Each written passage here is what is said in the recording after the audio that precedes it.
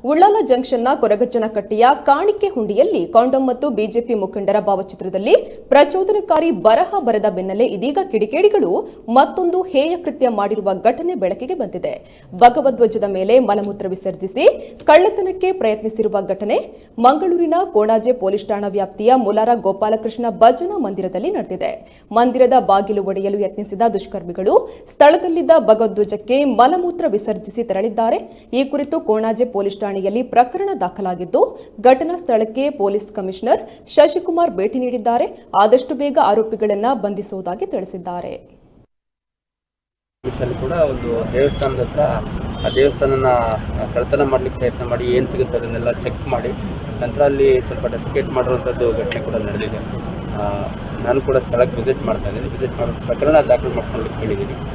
ಮಾಡಿಬಿಟ್ಟು ಆದಷ್ಟು ಬೇಗ ಅದರ ಆರೋಪಿಗಳನ್ನು ಕೊಣಾಜೆ ಲಿಮಿಟ್ಸಲ್ಲಿ ಪೊಲೀಸ್ ಸ್ಟೇಷನ್ ಲಿಮಿಟ್ಸಲ್ಲಿ ಕೂಡ ಒಂದು ದೇವಸ್ಥಾನದ ಹತ್ರ ಆ ದೇವಸ್ಥಾನನ ಕಳ್ಳತನ ಮಾಡಲಿಕ್ಕೆ ಪ್ರಯತ್ನ ಮಾಡಿ ಏನು ಸಿಗುತ್ತೆ ಅದನ್ನೆಲ್ಲ ಚೆಕ್ ಮಾಡಿ ನಂತರ ಅಲ್ಲಿ ಸ್ವಲ್ಪ ಡೆಫಿಕೇಟ್ ಮಾಡಿರುವಂಥದ್ದು ಘಟನೆ ಕೂಡ ನಡೆದಿದೆ.